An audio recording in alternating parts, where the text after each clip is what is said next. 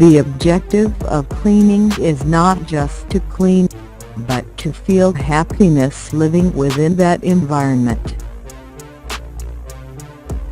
Keep only those things that speak to your heart. Then take the plunge and discard all the rest. By doing this, you can reset your life and embark on a new lifestyle. It's important to understand your ownership pattern because it is an expression of the values that guide your life. The question of what you want to own is actually the question of how you want to live your life. It's human nature to take the easy route and leave at storage methods that promise quick and convenient ways to remove visible clutter. Putting things away creates the illusion that the clutter problem has been solved. But sooner or later, all the storage units are full, and the room once again overflows with things. Have gratitude for the things you're discarding. By giving gratitude, you're giving closure to the relationship with the object, and by doing so, it becomes a lot easier to let go. The best way to find out what we really need is to get rid of what we don't. Quests to faraway places or shopping sprees are no longer necessary. All you have to do is eliminate what you don't need by confronting each of your possessions properly.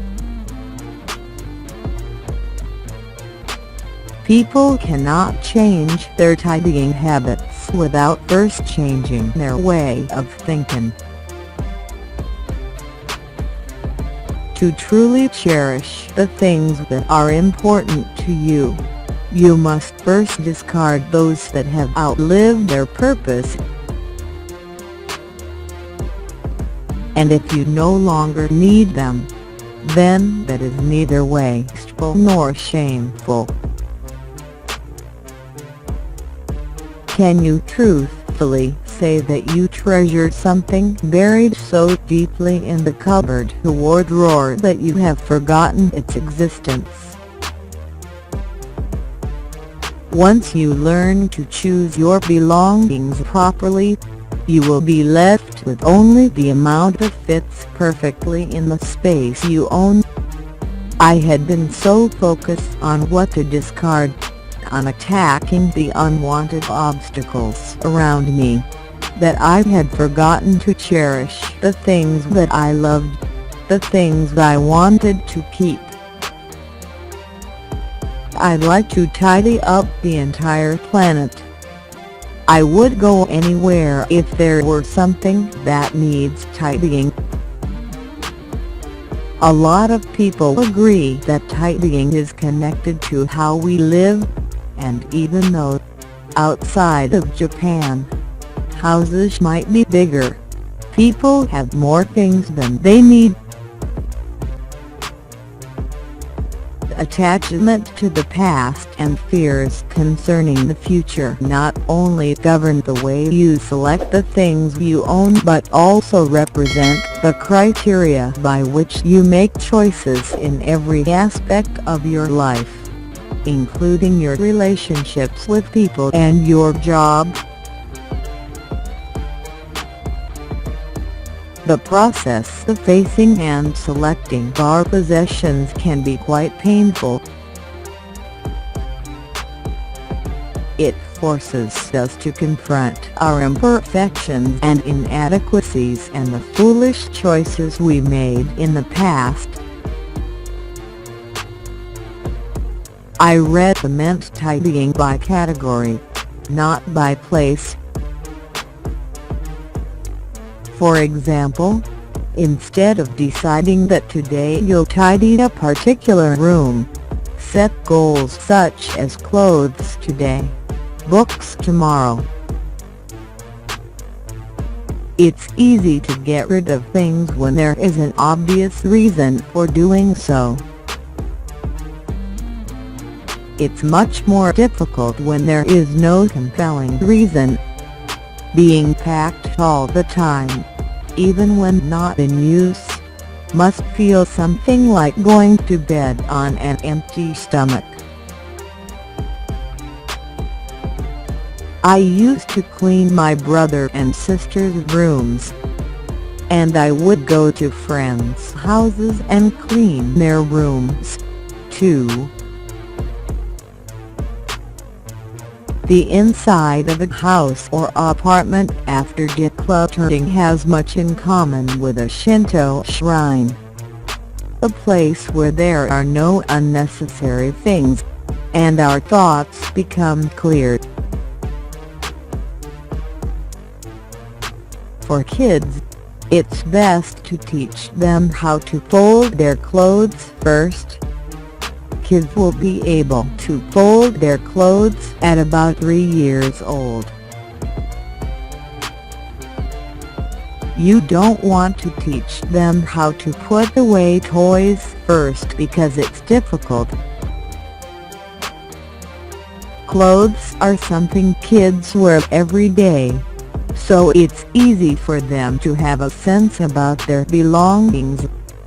Effective tidying involves only 3 essential actions. All you need to do is take the time to examine every item you own, decide whether or not you want to keep it, then choose where to put what you keep. Designate a place for each thing. If you fold your clothes in the formal spark of joy, you can actually make the joy last longer. Changing lifestyle habits acquired over many years is often extremely difficult. It is very natural for me to say thank you to the goods that support us. There's no need to let your family know the details of what you throw out or donate. You can leave communal spaces to the end. The first step is to confront your own stuff. I had a slight hope the phrase "spark joy" might become popular, as it was the key word that I wanted to put forward in the first place. The objects you decide to keep, the ones that gave you the spark of joy, treasure them from now on. When you put things away, you can actually audibly say, "Hey, thank you for the good work today." By doing so, it becomes easier for you to put the objects away and treasure them, which prolongs the spark of joy environment. About tidying up the toy box, you should let your kids experience the selection process by touching all of their toys. It's also important how they throw away their toys. They can earn a stronger sense of valuing things when they throw things away with respect and appreciation.